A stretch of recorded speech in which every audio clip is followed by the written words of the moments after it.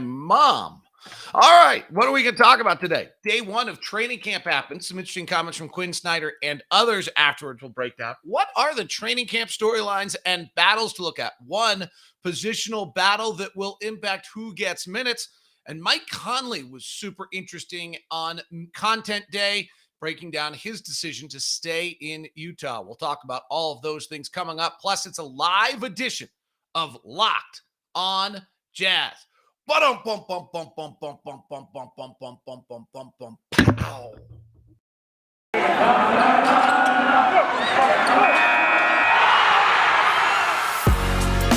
You are Locked On Jazz, your daily podcast on the Utah Jazz.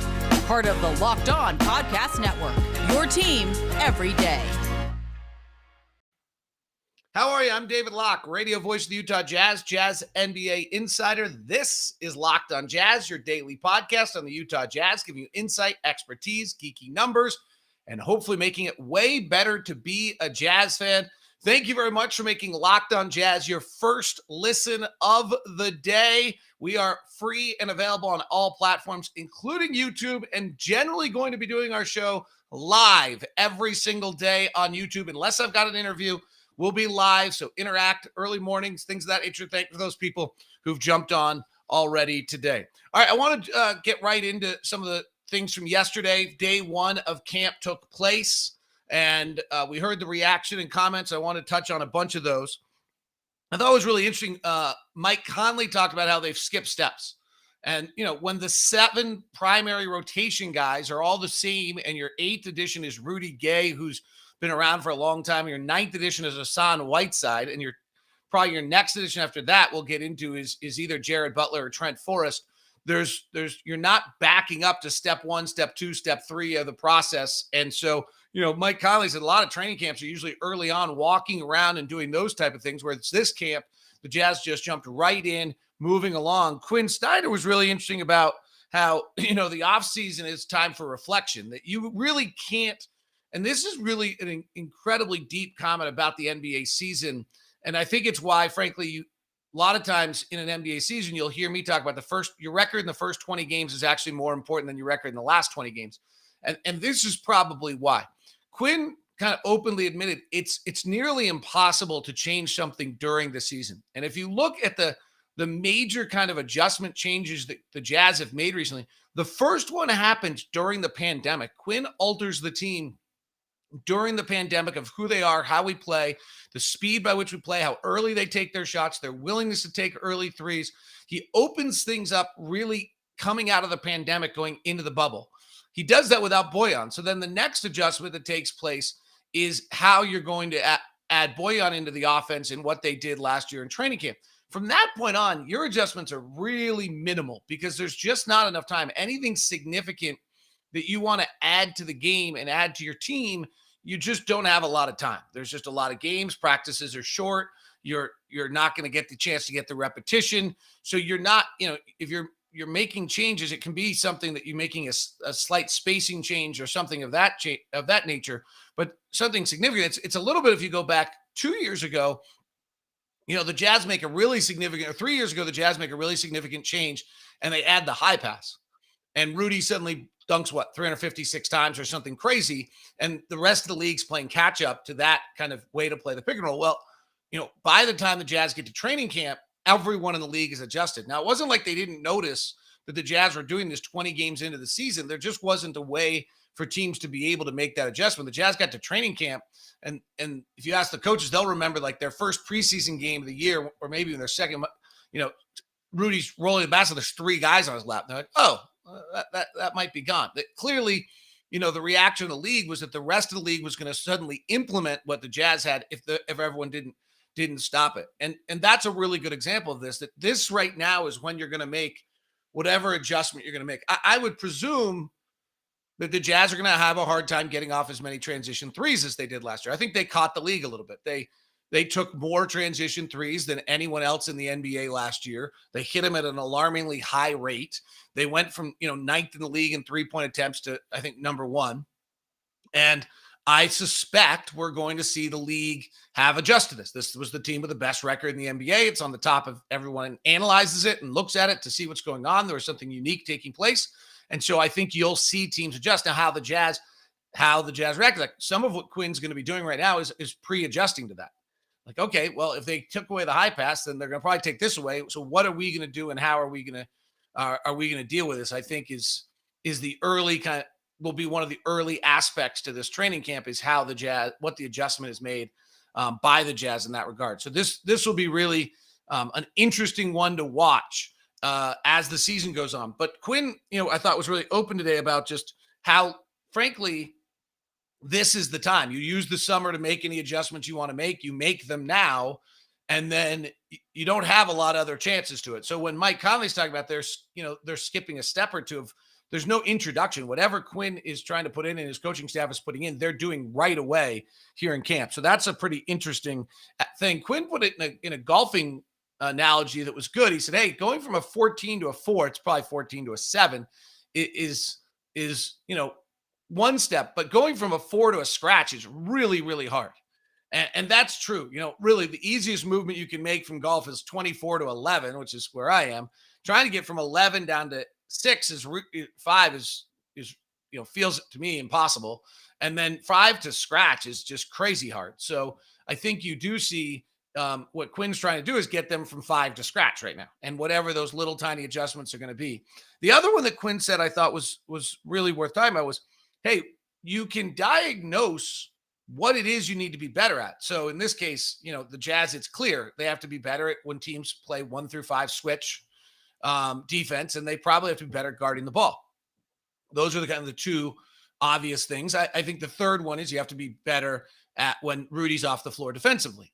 So, or even not involved in the play defensively because of spacing. So those are the 3 items that the Jazz have to do to become a better basketball team. And Quin talked about, okay, well, one part of this is diagnosing it and saying, okay, well, that's where we have to get better. And then the second thing is how? Is it lineups? Is it adjustment spacing? Is it a personnel? Are you teaching something differently? And that's, where the Jazz are. So how? Well, there's not a lot of personnel changes that we've made on this team. I know it's fun for us to talk about Rudy Gay and Eric Pascal, but frankly, those are one and the same. They're not. Very rarely do I think both of those will be on the floor at the same time. And so there's one adjustment. Hassan Whiteside's significant. Like that's a personnel change that I think really could change who the Jazz are defensively. And Rudy Gay's much bigger, so is Eric Pascal, than George Niang. So maybe that size makes a difference, though George had a decent defensive season last year and a super offensive season. So I think we'll miss his energy and his three-point shooting in the regular season. We'll see what happens in the postseason. But it's an interesting sort of how do you, what do you teach? How do you teach it better? Those were, I think, really interesting comments. And then the last one that jumped out at me from yesterday on presser comments, and we've talked about this a lot when we interviewed Rudy Gay the very first time. There was a lot of funny stuff about Hassan Whiteside saying Quin wasn't as crazy, angry guy as he thought he was going to be. And then they from there, they kind of went into Rudy Gay. And Quin talked a lot about how, Rudy Gay is you have a joy for the game. There's a path. And I've talked to Donovan about this a lot. There's a joy for the game and a zest for the game. And then as the years go on, that gets zapped away from you a little bit. And then you want to try to regain it. And some guys can, and some guys can't. And it's clear to Quin that Rudy Gay still has it. He still has the joy for the game and being about it. It's a little bit of Rudy Gay saying that, I got to star in my own role, finding a way to still be involved with the team, even though he's not scoring 20 points a game. What's his new role going to be, coming off the Achilles a few years ago? So really, I thought that one jumped out at me. So those were the kind of the main takeaways from day one of training camp. I want to go back. We've never really discussed what I think are the main storylines of training camp and what the Jazz, what we should be talking about, what the Jazz are dealing with and where they are. And then Mike Conley, and we'll do this for kind of the next few days. We got these 15, 20-minute sit-downs with all of our Jazz players, the broadcast crew, and I wanted to share with you kind of the main takeaways of what they had to say, interesting comments they shared with us and things of that nature. So that's coming up with Mike Conley as well. Thanks again for making Locked On Jazz your first listen of the day. For those that are live on YouTube, you certainly did.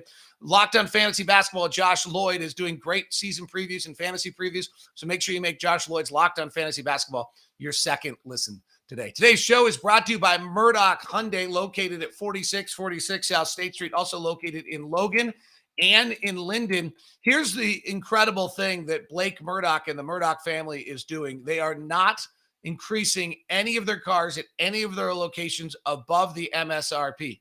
The MSRP that they are they're keeping, which is a big deal, because what that is that right now there's such a car shortage that everywhere you look around and most of the places you go, the car dealerships are adding, $5,000-$10,000 on cars. And Blake's just like, we're not going to do it. We're just not taking advantage of that. So there is a car shortage. So let me tell you what's going on.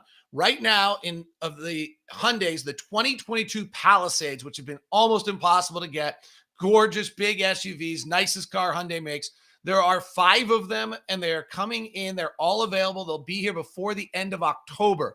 There's a white one, a silver SE, a white SEL premium 8-seater, a blue SEL premium 7-seater, and a white limited. There's 5 of those coming in, 22 Palisades. You can order them now, have them here, buy them now, get them in October. So that's available for you. Here are some of the other cars that are on the lot right now, as they're obviously very limited. There was, as of last week, one 2022 Tucson Limited Red. The Santa Fe's, there's one that came in just last week in SEL Premium, and there's another gray one coming in October 25th. The Kona, the small zippy SUV, October 9th. There's a gray one coming in, and then an SE Silver is on lot right now. Hopefully some more coming in. And the 22 Elantra, I'm driving this Sonata right now. It's amazing. The Elantra is the North American Car of the Year. There is one that just came in on the 23rd that's silver, one that just came in on the 24th that is blue, and a premium is coming in black. So that's the stock right now. They will not charge more than MSRP. They're available for you. Feel free to email me first. I'll get you set up. You can put your name on one of those right away. It's at Murdoch Hyundai at 4646 South State Street, also located in Logan and in Linden. Today's show is also brought to you by RockAuto.com. A family business for over 20 years, serving the car customer that is both the do-it-yourselfer as well as the professional, and treating you the same. No need to spend 30, 50, or 100% more on the same parts from a chain store or a car dealership, because Rock Auto's got it for you cheaper. They've been doing it for do-it-yourselfers for 20 years. Reliably low price for every customer. Go explore their easy-to-use old-school website and find the solution to your auto part needs. It's amazing selection, reliably low prices, and all the parts your car will ever need. RockAuto.com. When you go to RockAuto.com and see all those parts, right, locked on in the How'd You Hear About Us box, so they know who sent you. RockAuto.com. Here with easy navigation, old school site, and saving you tremendous amount of money. It's amazing selection, reliably low prices, and all the parts your car will ever need at RockAuto.com. Question coming in from Eugene. Do you think the Jazz can make it to the Western Conference Finals this year? Obviously, it'll be against the Fakers if we get there. I don't know that I think the Lakers are necessarily going to make the Western Conference Finals. Though I do like the Lakers much more as a playoff team than I do as a regular season team. That is true. I think the Jazz have a chance to, get to the finals. I think the Jazz have a chance to win it. Like, you've got a legit shot. None of this is easy. I think there's 8 or 9 teams this year that can win it, which is, unique to the NBA right now, that we've never seen this before. I think, you've got a shot, like legitimate shot. Is there any chance you have a dominant shot? No. There's nothing that I think happens in this season that makes me suddenly say to myself, like, oh, the Jazz are the dominant championship team. I think Brooklyn, might be that team. But if you look at the odds at betonline.ag, Brooklyn's at plus 225. Lakers are at plus 325. So they think those two teams are dominant. I don't concur on the Lakers, maybe on the Nets. And then everyone's like the same. The Bucks are plus 950. The Warriors are plus 1,200, which I just don't see at all. The Suns are plus 1,600, which I completely see. The Jazz are plus 1,600. The Nuggets are plus 1,800. The Clippers are plus 1,800. 76ers are plus 1,800. The Mavericks are plus 2,400. The Heat are plus 2,500. Like, that's pretty close to everybody being on a fairly similar kind of line, right? When you look at the Western Conference Championship, they have the Lakers as plus 190, just completely dominant to everyone else. But then the Warriors, how are the Warriors second on this? They didn't make the playoffs last year. Klay Thompson's not back till like January. They've got 2 rookies. I'm so lost on this. Plus 525. Then you got the Suns at plus 650, the Jazz at plus 650, the Clippers at plus 850. I'd probably have them at 650. Dallas at plus 1200, Denver at plus 1200, which I have no idea why they're so low, and Portland. If I was a betting guy, I'm not allowed to bet on the NBA. Dallas and Denver at plus 1200. I'm all over those. Like, I don't think they have that much less chance than anyone else. So I think there's, I find those surprising. Do you think Donovan can have an MVP type season? Comes in with Rye Madsen with a question. An MVP type season, sure. This team's pretty balanced. Donovan's natural step, though, I do think gets him to 26, 27 points a game and should put him into that conversation. He was frankly in the conversation last year. So I think that's a completely reasonable. He's continued to improve every year. He took a much bigger jump as a player last year than most of the country has noticed or given him credit for. So to me, that I do think that, yes, I think he could be in the MVP conversation.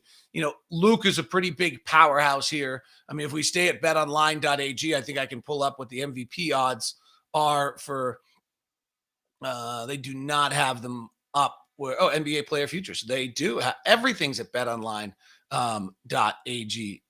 Regular season MVP. So Luka's at plus 450, Steph at plus 700, Giannis at plus 750, Durant at plus 800, Embiid's going to be monstrous because of the Simmons stuff at plus 850, LeBron and Dame at plus 1200, Harden and Jokic at plus, and Trae Young and Jason Tatum and at plus 1600, Devin Booker at plus 22, Russell Westbrook at 25. Come on now. And then Donovan's at plus 3,300. So, that's pretty well. I think he'll be higher up than that as the season goes on, certainly. But I think he and Devin Booker are the natural ones. Jokic being dropped down is kind of silly. Durant, Steph, Giannis, and Luka are certainly going to and probably Embiid are going to dominate that conversation. Here are the storylines I think are most important for the Jazz. The one I keep bringing up that just doesn't seem to be an issue is scars. What scars are left over from the playoff failures of the last 2 years? Internal scars, outside narratives impacting them. I think that's a big battle for this group. It's why Vegas is good. Donovan's talking about them bringing camaraderie together in Vegas, but they seem to kind of click the minute they saw each other. But every off, Mike Conley said it well, and I was going to touch on this, that every off season is different. Every team's different because every players go to the off season. They talk to people, they change, they evolve, their contract's different. So every team's different. Like the idea that we're just going to pick up and move from where we were last year, I think is unlikely. We have to reform and figure out what this team's going to be. Mike said that very, very well in our meeting with him on Monday. And I think that's probably the most important comment. The fact he recognized it was massively important. So that's number one on scars. The one playing battle is Jared Butler versus Trent Forrest. It's really interesting. Mike Conley's not going to play back into back-to-backs in all likelihood. It generally worked last year until the very end. He says he feels better. Again, we'll touch on this, that he's ever felt. He made some changes to his workout, but he feels really good. That seemed to work, right? That they seem to figure out how to manage Mike. He's aware of his age. So I'd be really surprised if Mike ends up playing back into backs-to-backs. So on the nights in which Mike Conley doesn't play the back end of a back-to-back, there is 15, 20 minutes, 25 minutes available. The other concept is whether or not you just try to get Mike Conley down 3 or 4 minutes from what he's regularly doing, and you suddenly give Jared Butler and Trent Forrest, just make it a 10-man rotation. Most teams in the league play 9 or 10. We've been playing 9, and we generally play 9 because we have 3 point guards in Donovan, Mike Conley, and Joe Ingles, and so you can just kind of rotate it. Well, is there some element where Joe starts to play the 4 more as he ages? It's probably better for him defensively. It's less wear and tear. If he's running the pick and roll out of the 4, he's pretty dangerous. It doesn't mean you're not letting him play the pick and roll as much, but you might, if a Jared Butler or a Trent Forrest can make strides and be ready to go, do you suddenly let Joe play some more minutes at that power forward position off the ball and in that realm? And so if that's the case, then there's probably there's a bunch of scenarios here where there's 5 or 6 minutes a night early in the season for either Trent Forrest or Jared Butler to play. And, they both have their values. Trent Forrest probably has to have the ball in his hands more than Jared Butler. But Trent Forrest is really good with his ball in his hands. He's much bigger. He's really strong. He looked very big as we met with him the other day. He had a fabulous summer camp. He played well last year. Doesn't shoot it. Butler shoots it, right? So Butler can play off the ball a little bit more. depending on who has the ball in his hands and how they're playing. So keep an eye on that. I think that's the one real positional battle that's taking place in this team is Jared Butler, Trent Forrest, if the Jazz go to a 10-man rotation with regularity or just for those those minutes on the games where Mike Conley doesn't play, which is going to be 15, 16 back-to-backs or whatever. I think we had something like that. We usually have about 14, 15. The next one I do think is going to be really interesting. We won't know for a while is Hassan Whiteside. There's been so much conversation about this team, about more roster versatility and wanting to play Pascal or Rudy Gay at the 5. I just want Hassan Whiteside to be a good defensive player. I mean, Derek Favors, unfortunately, last year was not a very – I didn't think Derek Favors was a very good defensive player. I would say maybe more that the Jazz weren't good defensively when Derek Favors was on the floor. So is that on Faves? Probably not entirely. Somewhat as though the weaknesses that got exposed by the Clippers were kind of exposed all year long when Derek Favors was on the floor and you didn't have the greatest rim protector in the world at the rim. Therefore, I want to see whether or not a 7'1" with the second longest. Hassan Whiteside said if Taco falls out of the league, he's got the second biggest wingspan in the league behind Rudy. So we have the two biggest guys in the entire league playing center. And I think that's a major part of this story this season. If the Jazz are good defensively in non-Rudy Gobert minutes, they're the 1 seed again. Like it's just, there's no chance. And no one has a chance. They were the number 1 defensive team in the league last year while being really bad defensively for 14 minutes a night. Really bad. So this will be interesting to watch if the Jazz can get good at that. The other one I think is Eric Pascal with good players. When he came out of Villanova, he was supposed to be a player that played with really, really good players. And everyone said, well, the way his game works, if he's playing with Steph and Draymond and doing all these things, and then he never played with Steph and Draymond. Steph got hurt. Draymond didn't play much that year. Then last year, he was on the roster that was without Steph and Draymond. When he's on the floor with Steph, there's some really good numbers. Most people are. But I want to see Pascal play with good players and see what that does for him and whether or not he becomes a better player. Out of Fordham, he was a very heavy isolation player. He got to Villanova, and Jay Wright really had to jump him and say, hey, move the basketball. Stop playing isolation. Catch and shoot. Go to, play fast. Play with movement. And he adjusted nicely. And that's what he has to do here as well, because at Golden State's kind of his Fordham. He went back, played a lot of isolation, a lot of one-on-one. And can he get out of that and move it and play within the system? So those are the main ones for me. And I mentioned Joe Ingles to the 4. Like, I think Joe's at a career, unbelievable year last year. I said, no offense to Jordan, I probably would have voted Joe for my 6th man of the year. But Joe was great. Joe was like Kyle Korver impactful to the Atlanta Hawks, to the as Utah Jazz. My numbers just peaked Joe out last year. I do think he's in the stage of his career where there's some adjustment. We need to get him off the ball a little bit. We need to wear and tear him less. If we want to bring him back on the ball for the playoffs a little bit more, sure. And so I do think Joe at the 4 and playing off the ball a little bit more is another storyline in camp. All right. Today's show is brought to you by our friends over at Built Bar and all the exciting things they have going on. Lots of little deals right now. They have cherry lime, which is a brand new flavor that they've brought out. And now today, boom, it is out. I thought so. Salted pretzel, Built Bar, very first time it's ever been out before. 100% real chocolate, 100% really delicious. Salted pretzel and cherry lime are the special flavors. The Built Puffs are out as well, mint marshmallow and coconut marshmallow. And then peanut butter brownie, coconut almond, coconut, mint brownie, salted caramel, raspberry, double chocolate, cookies and cream, and cherry barcia. So the regular core flavors are available for you. And now salted pretzel with little pieces of pretzel in your Built Bar. And as always, it's still the same. Amazing. 130 calories, 2.5 fat grams, 4 net carbs, 4 sugar, 17 grams of protein. It's all at built.com. Promo code LOCKED15 gets you 15% off. The new flavor, cherry lime, the blowout flavor, salted pretzel. It's exciting times at built.com. Jump all over it and support built.com. Today's show is also brought to you by Sweat Block. I mentioned it. I used it the other day. It was great. Absolutely fabulous. Works up to 7 days per use in the dry shirt. Wow, that was lucky.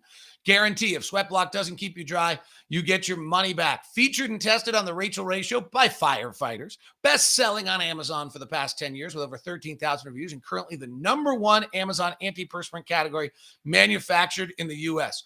Wear what you want, your little secret to confidence. It's Sweat Block. Go to sweatblock.com and get the stronger, more effective, most clinical antiperspirant. You simply add it at night before you go to bed, and the next morning you wake up and wash and go about your day without worrying about sweat. Guaranteed. 20% off at sweatblock.com with the promo code Locked On. That's 20% off with the promo code Locked On.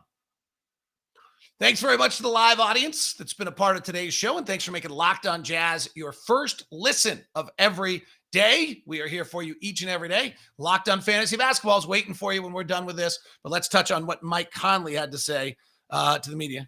Got these. This is not a good look. Bending down on the YouTube, and you get to see the glasses and the head. It's bad. It's bad. Too old for YouTube. All right. Mike Conley, I thought, had some interesting comments about his choices to stay.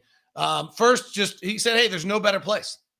He thought he was going to go through free agency, be a large. It was going to be interesting. I thought he was a legitimate chance to leave. I was really concerned that Dallas or New York, his first chance to ever play in a large market. And he's just realized if he went somewhere else, he was just giving up a lot. He was just giving up a lot. And I thought that was a really interesting comment from Mike. Mike's leadership to me, which is not always the loudest, feels very important to me this year. He was just right on point in kind of everything he was talking about to us in the session. It was very relaxed, but you could just see he had a great mindset to where he was. Maybe he just feels really unfinished business with not being able to participate because of the hamstring and leg injury that he had last year. He referenced Milwaukee right away. Like, hey, they took a bunch of shots at it. We're going to go for it. We're making our shots at it. And I thought that was an interesting reference point. And then, when he started talking about his relationship with Joe Ingles and being here, he said, hey, my first text message I ever got from Joe was, do you play cards? He's like, wow, straight right to the point. And they started their friendship that morning. They had been at 7 a.m., both dropping their kids off at school, kind of looking out. Their families are super close. Joe, I think, is 5 days older than Mike. So Mike there's a real camaraderie amongst this group. And when Mike just decided whether it was time to go or leave, he just realized he was giving up an awful lot, which is a great compliment to his teammates, the coaching staff, the organization, the front office, everyone who's built what they built. That Mike, almost always in the free agency, the difficulty is the grass always looks greener on the other side. All the warts of where you are as a player. And then when you go look at something else, it always looks better. This is pretty special that Mike looked at this situation and said, I know all the warts, but I also know all the things that are so great about it. And I don't want to give any of these things up, and I'm coming back. So that's a huge just statement to who the franchise is. And I think the rest of the players in the league notice things like that. Mike said that last year after it was over, he just didn't want to leave the house like 3 or 4 weeks. Just complete depression, so bummed out, thought they had the real shot at it. And just had massive depression. I loved this comment. He talked about it being a new season. I mentioned this earlier in the show that, you're just not the same. Everyone's gone through offseason changes. It's why as much like you love George Niang and Derek Favors, it's good that we have Rudy Gay and Hassan Whiteside and there's new energy in the building. It is a new season. You can't recreate last year. You have to figure out who this team is going to be this year. I love that from Mike. This is what I'm talking about, that little subtle leadership of Mike Conley being right on point in everything he said. The Milwaukee reference was important. I'm going to lose a lot was important. That we got to figure out who we are this year. We can't rest on our laurels. We've got to be a different team. I thought that was interesting. Holly Rowe asked him about she just saw Sue Bird, who at 40 is on the verge of retirement, may have just played her final game. And Mike in his 15th season, he says, he's never actually felt better. He hasn't moved as well as he did last year in a long time. He said he felt really as though he moved much better. He's gotten into yoga in the offseason, doing it 3 or 4 times a week. He's now worked into Bikram yoga and just feels much, much better moving than he ever has before. And then the last thing he talked about was just the the roster having kind of new flexibility and a little bit more kind of different aspects to it. And I think, that's the feeling of newness that they've been able to create while building off their past success. So those were the kind of things that jumped out at me, Mike. Let's see if there was anything else that I was going to look at. No, I think that's it.